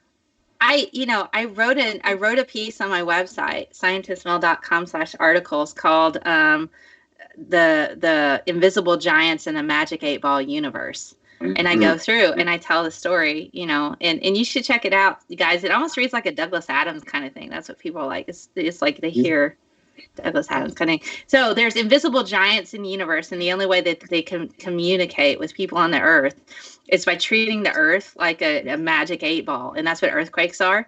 And then all of the socks that go missing from the laundry end up in the Bermuda Triangle, and so it's like a binary answer, like yes or no, maybe, ask later, and so that's what they do. So you go through and there's science that's thrown into the story, you know, and then there's other portions that just fill in everything else. But, you know, the invisible giants can't communicate with people because they don't register on the frequency. So that's how they do it. is through earthquakes and socks that go missing and show up in the Bermuda Triangle. But you're like, you can't prove it isn't true because earthquakes exist, socks go missing, therefore. And so I discussed a bit of the problem with that that argument, trying to prove. You know what? Something isn't true. As far as silly arguments go, I've actually come up with an argument to prove that there are more than 4 spatial or more than 3 spatial dimensions, length, width, and depth. And that proof is this. Have you ever plugged in a USB cable? Yes. Why does it always take you 3 tries? Oh, shit. There you go. I proved it. There you go. He did it. He did it, man. There you go. Nobel Prize. Right there. Definitive proof. Okay, so Roswell, what's the reveal on this? This is a real argument. This particular one is white hole cosmology. It's a pseudoscientific cosmology invented by a young Earth creationist known as Russell Humphreys. Now, in 1994, this appeared in his book Starlight in Time, solving the puzzle of a young universe in a universe with distant starlight. But here's the thing. He has it as fatally flawed. He got his maths wrong. But hey, he tried, didn't he? Yeah, he did. And the foreword of that book should have been written by William of Ockham, saying, if you are free to invent a bunch of bullshit to back up in a post hoc way the observations that have been made of reality, you're not really doing science. So you may want to reflect on why your salary depends on dishonesty and have a bit of dignity, you know. Again, it comes down to the liars and the bullies and the violent people who wrap themselves up in this cloak of sanctimony and say, Jesus says that I can do this. That bothers me. I will say this. One of the things about these arguments, though, and I guess I just realized it now, one of the pleasures I have when I debate creationists is telling them where their argument originated. It's more fun to tell somebody, oh, yeah, you just stole that from Russell Humphreys, or you just stole that from Henry Morris, or in the one before, the one from Michael Behe. Yeah, I've read his work. I've read Russell Humphreys. It was torture, but I did it. And it's funny to know these arguments better than the creation presenting them. And truthfully, it's not hard. I've made a bit of a study of it. And there are essentially about 17 arguments, but they're all based around 3 or 4 fallacies, and none of them have any kind of validity to them, except for one. And I want to mention this. My PhD supervisor is an excellent scientist and a devout Christian, and a man that I trust entirely and have great respect for. We one time raised the subject. I'm like, Andy, what about evolution then? Because it's obvious and it's a thing. And he goes, yeah, but I believe something different, and it's the mystery of faith. I can't explain it. I know it's not accurate, but it's this special category. We spoke about it once, about 25 years ago. We've never discussed it since. Christianity makes him a better guy. He would be a great guy without it, I'm confident. But that's his culture, and I respect it. But it never enters into his scientific discourse. Well, that's certainly fair. I have friends that are very devout in their faith, and they do cancer research. They accept evolution. They separate it completely from their work, which is completely fine. It's also completely biblical. I hate to quote scripture, but I am a former reverend. There's a particular bit of scripture where Jesus tells Thomas that because you've seen me, you've believed, but blessed is he who hasn't seen and yet still believes. So you are welcome to hang on to your faith. Just don't confuse it with science. There's a big difference there.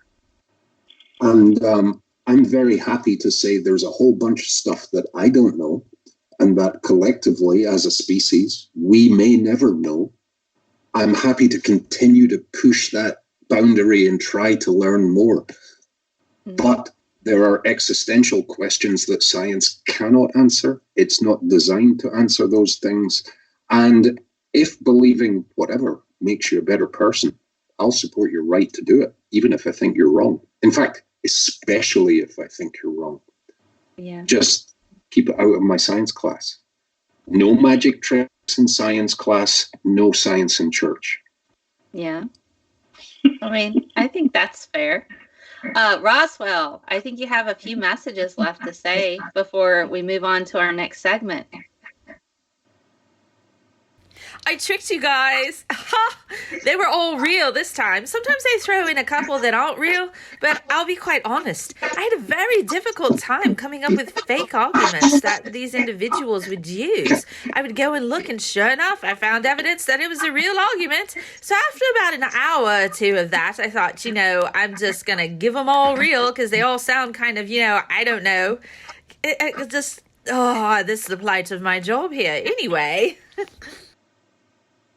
Can I comment, Mel? Sure. I'm a little sad that you didn't go the Loch Ness Monster route, because Nessie is close to my heart as a mythological creature. And it reminded me of the first time I ever came across Kent Hovind, where he was doing the Becky Tippy and the Loch Ness Monster. Proof. Contemporaneous dinosaurs. And I thought he was a Poe. We had a whole episode just on cryptozoology where we talked about Nessie, though, with Dr. Stephen Hobbs. Evidence of what? Jesus. Well, if you haven't checked out, guys, the cryptozoology episode with Dr. Stephen Hobbs, we went into very dark places with Bigfoot in trailers of things. I don't even want to talk about it again. Poor Bigfoot. Bigfoot's a friend of the show. Bigfoot. And I heard a creationist discuss Bigfoot being a trans-dimensional being, which explains why you never see them really. And they take the dead ones back through the portal because trees and reasons. And this links to Jesus for some reason. That's interesting. Well, Roswell, you have one more message, I think, for us. And I want to tell you all you did a good job on the challenge. Now, if you played along in the side chat, Mel will give you points, and that swag bag's going to be given to the person with the most points this month. Tony Reed, amazing to meet you. Love your work. Keep up the good job. Doc Savage, let's hang out again soon. I really want to beat you at chess. You're freakishly, amazing at it. Oh, my God. And, maybe leave me a little whiskey out, again. I kind of miss that. Anyway, bye! If there's any left, you floating disembodied alien head. And as for beating me at chess, well, you better plan on living a long time. I introduced a new sport, and I'm trying to get it into the Olympics. Chess boxing, right? So you do 3 moves of chess, and then you fight for 3 minutes. Given my particular blend of skills, I could get gold for Scotland, especially if I'm fighting some of the, junior chess champions like the 14-year-olds. Right? Okay, rook takes queen. Now I'm going to beat the shit out of you. Wouldn't that be great? Oh my God! All right, guys, we have just one more segment, and I do want to hit it because it's really important. It's called Stupid Things. So we usually have an intro called The Audacity from our favorite troll who's dear to our heart, who we'll never talk to, which makes him angry. Yeah, featuring the world's most belligerent bonehead. All right, we have The Audacity. So let's pull that up for Stupid Things. You got the audacity. You're going to jail. You got the audacity. My name is Genie. You got the audacity. That's all I got to say. You got the audacity. I sold $3,000. You got the audacity. You got the audacity.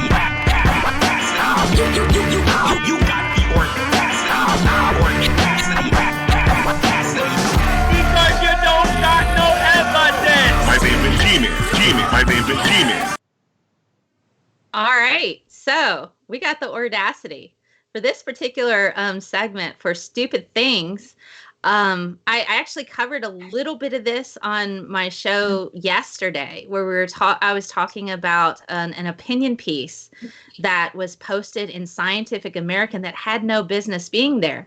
So let's take a look at that video, and then we'll look at some tweets associated with it with Dr. Leah Torres and Dr. Jen Gunter. Awesome. All right. We're talking about this article that came out, and it's an opinion piece. But it's not that it's a critique of Jen. Let's get this straight. Jen can take it, okay? She can handle criticism. You know, most of us ladies, including myself in STEM, can handle criticism. That's not the issue. The issue is that this was posted in a science magazine, something that prides itself on accuracy, facts, fact-based type of information. And this particular article, Go Forth Self-Healers, this is a heavy criticism of Jen. And it's essentially kind of saying, how dare she go against Woo and say women shouldn't use jade eggs, blah, blah, blah. Sorry, no, you are not the experts of us. That's what she says right here, guys. Sorry, no, you're not the experts of us. We'll consider your opinions, but henceforth you will not have a monopoly on our health. Thanks. Here, let me blow that up a bit. Let me blow that up so you guys can see that a bit better. Look at that. Okay. Henceforth, I Dr. claim. Leah Torres has been on my channel quite a bit in the past. She's been on. You've met Dr. BS. Torres. She's also been on Oral Audacity. Maybe I need to make a phone call and have her pop back on again sometime. Hey, Drag, what's up? So she's essentially saying this opinion piece is saying that Dr. Jen Gunter is not an expert of us. She is an expert of OBGYN. Yes, she is. So Scientific American, shame on you. This is terrible. This is not science. You're promoting this idea that Karen at the Starbucks, who Googled something about her vagina, knows more than Dr. Jen Gunter or Dr. Leah Torres or any of these other people who have spent, possibly 8 to 10 years just learning about women's bodies. Okay, let's have a look at what Dr. Torres had to say. I want to show you guys some of these tweets because she was pretty mad. So let's kind of go through these images quickly, if we can. I really like when idiots make proclamations well outside of the lane. Henceforth and forever, until the end of time, you're back to nasty meanie heads, and I know more because I have a vajayjay. Oh my God. Yeah, Specialist so knowledge is really important. it is, and it makes me mad. So Dr. Leah Torres said, if I've gone through 4 years of college, 4 years of medical school, 4 years of residency, plus some, yes, I do get to claim my expertise is right. So does Dr. Jen Gunter. Being educated in something is not paternalism or patriarchy. Anti-intellectualism looks like this lady. So this woman, and you can go to the next picture. Let's see what this woman, what that quote tweeted had to say. Jennifer Block. She's using feminism as a means to say, these doctors don't have a right to explain to us what our bodies are. So Jennifer Block essentially said, in which I articulate why I'm the medical expert, so I'm right rhetoric reinforces old school paternalism and patriarchy, even especially when it's coming from a feminist doc. And yes, reader, I tried a vaginal steam. So I'll show this next picture, and this is where Dr. Jen Gunter just kind of loses it. She goes, to all the people, with the next picture, she goes, to all the people lying about what I say, listen up. When I tweet, I am the fucking expert, it has been to forced birth trolls. That you would lie about me to say this is how I speak to women about care they have received or therapies they have tried or to my patient says a lot about you. It says you either don't do your research or you are willfully misrepresenting what I say for some gain. It also says you are uncomfortable with a woman who is appropriately confident. So let's talk about this. What do you guys think? What do you think, Doc? Specialist knowledge is really important, right? And as Tony pointed out earlier on, doesn't really matter the path that you take to your expertise. Dr. Gunter here is a fully qualified and accredited expert in a particular field. She's well within her lane. I'm an expert in biotech and vaccine development, but when my car breaks down, I take it to a guy who doesn't speak 3 languages, but he can fix an engine. I respect that. So if you're sticking a jade egg up your hoo-hoo and you think it's magic, that's fine, but don't pretend to actually have expertise in the field. You're just a loudmouth moron. Okay. Is my opinion. Cool. Let's pull I'm not us all really back. sure what.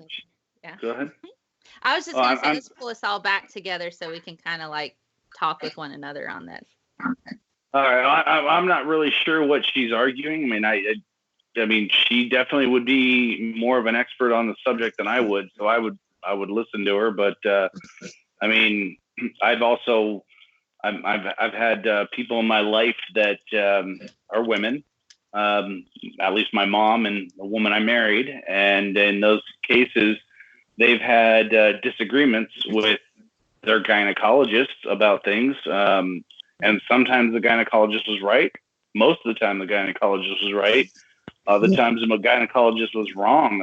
I mean, you're definitely free to have your opinion on things, but I don't really see the attacks. I don't see I really don't get what she's arguing against and arguing for. I don't know what. I can't figure it out. Well, here's the thing. She was essentially through the rest of the article, and I get into more comprehensive look at it on my show from yesterday. Essentially, this woman was basically stating that doctors need to stop equating themselves as experts, as coming to these people saying that they're experts, that they need to allow a space for woo and that pseudoscience. So this woman was saying we need to allow a space for women to be able to go and do these things. This is their choice, which is true. It's their choice to shove jade eggs up their vagina if they want to. That's fine. But to say that doctors aren't allowed to call themselves experts because women want to do these things as well, that's all of a sudden just, So. But I didn't understand the whole thing about jade eggs because, believe it or not, until 5 minutes ago, I'd never heard of the jade eggs phenomenon, and now I'm just completely speechless. Tony, would you like to come on Psychic Vampires and talk about vaginal weightlifting? Because that's the add-on to jade eggs. And seriously, we've got this lady who basically carries a surfboard down the boardwalk, suspended from her lady with her vagina. Yeah, I mean, it's her vagina has a grip like Bruce Lee, and it's freaking terrifying. Yeah. And this is a big. I could contact. I'll look into that. I don't know if you want kung fu grip on your junk. No, sounds like he has a talent. Maybe. No. But also, uterine prolapse is a thing, guys. Uterine prolapse can happen with stuff like that. Yeah. Again, you're the expert, not me. in terms of the respecting people's legitimate expertise, I think there's a giant LARP going on here. And I think when it comes time to talk turkey, these guys aren't going to go the woo route. No. Now, personal reflection, there was a point where my mother required very serious surgery, and I was making decisions on behalf of the family and such like. And I spoke with the surgeon and went, so this is the thing that you're doing? Yeah. How many times have you done that? He's like 600. Yeah. You're the guy. Well, I'll go back to exactly what you said though. When you need your car fixed, you do go to somebody who it may not be able to speak 3 languages. They may not know anything about gynecology, but they know how to fix your car. Yeah, They may be wrong, and they are often wrong. Sometimes they misdiagnose things, but for the most part, they're fairly trustworthy. Well, other certain things aside, and the same thing with doctors. I mean, I've had health issues with myself, and I've had doctors troubleshoot with me. And the cool thing about them is they tell me why they're saying we should do this test, or why we should, we need to do a blood test. We're going to look for this or that in your blood. It's a troubleshooting problem, and that's going to get you somewhere. But there has never been any doctor. Well, there's been one doctor that has suggested that what I need is faith. And that was the last time I saw that doctor. Yeah. Because he didn't accomplish anything. For me, being unwell is kind of exciting because it's a bit like a detective novel. Because I go into the physician's office and go, these are the symptoms and these are the measurable things and this is what I think. And he's like, yeah, you might be right. However, and this guy is an expert and I'm not a clinician in any sense. And I love being wrong. I love it. Especially when he goes, see the blood work here. This proves you're wrong. Oh, I've got really sore shoulders. Do I have osteoarthritis? No, you're vitamin D deficient and anemic. I'm like, that's a total zebra. What? But there's the data. I love it. I agree with you on that too. I love being wrong too. Every 20th episode of my show, in fact, not that I'm plugging myself, but every 20th episode of my show, I'm not here to plug myself. I actually wanted to hang out with you, Mel. Anyway, every 20th episode of my show, though, I go over the things I got wrong, and I have fun doing it because I like being wrong, and I like when people show me that I'm wrong, and I like fixing it. And it says a lot about your integrity to me. I really respect that. And one of the most popular and most read papers I ever wrote was one that I wrote saying, all of this is consistent with all of the data that we have today. It all works based on what we know, but I think this is wrong. So I proposed a model for a receptor system that was consistent, perfectly reasonable, could be the case. I'm like, I don't think this is right. I think this is based on an incomplete data set. And it spawned really interesting research that proved that I was, in fact, incorrect. Thankfully, I had done the little damage control to begin with. It's like, yeah, I know this is BS, man, but it just fits, you know. And oftentimes in science, being wrong is a fuel to further investigation. Mm-hmm. So let me ask you this. If I actually read that paper, do I have a chance in hell of understanding it? That one, yeah, totally. It's basically a synthesis of a bunch of biochemistry into a physical model about how certain bugs grab iron from transferrin. And it's... But I made a point of publishing that in the Journal of Theoretical Biology. So it's almost sci-fi. You know, all of these things are true and all of this data is accurate. Therefore, this might be the case. So it was very, very interesting. That's pretty cool. I hate to cut us off, but we have to wrap up soon. Yeah. But this was an awesome 2-hour chat with you guys. I'm so excited that we got to hang out and have a really good conversation, I felt. Yeah. I want to do a challenge again sometime. Awesome. Well, we'll have you back on then, and you can do a challenge. Maybe, you know, I'll have to think of another topic maybe that you're not so well versed on, and make it super hard. Slavery in the Bible. Oh no, I know about that. Oh goodness, Tony, tell people where to find you. Plus, there's a link to his channel in the description, so click on that and subscribe. So everyone should subscribe immediately. I guess you could probably find if you go to Facebook, you probably find How Creationism Taught Me Real Science. If you type into Google anywhere Tony Reed and science, you will find me immediately. Just very quickly. If you type in Tony Reed and creationism, you'll find me. The only thing you might need to realize is Reed is spelled R-E-E-D, not R-E-A-D, not R-E-I-D.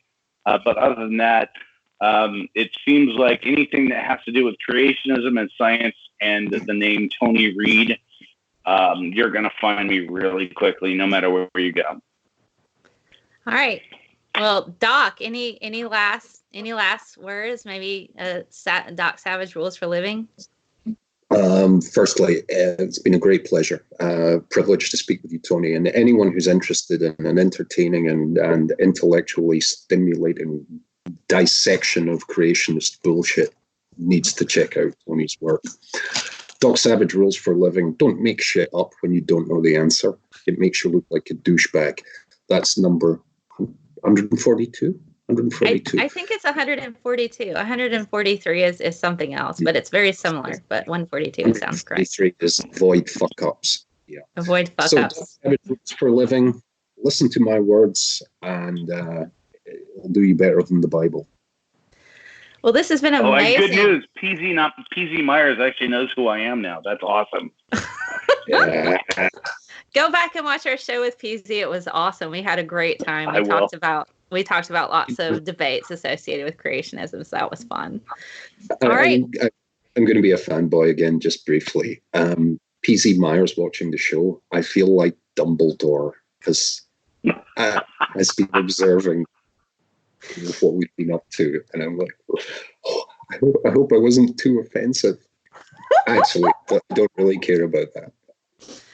And he had some really good, interesting points about spiders. So go back and read, Doc, if you want to check out the chat. He had some really nice, good things to chime in. Thank you, guys. Check out Tony's channel. We will be back here next week with Dr. Amanda Glaze with the cultural resistance associated with evolution and all of the different research that she does to kind of bridge the differences between religion and evolution, and what she does to try to educate those who are resistant to evolution education. So she's awesome. So you got Good night. Thank you all. Good night, You're and awesome. thanks for being here. We'll see you later, Tony, and we'll see you guys next week. So, bye. I absolutely adore Doc. Because I have testicles for some reason.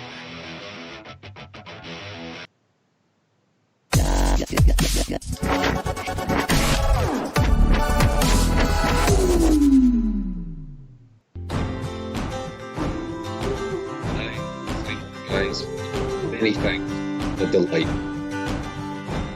It was awesome. See you later, Doc. Okay, my producing person, you were really, really good.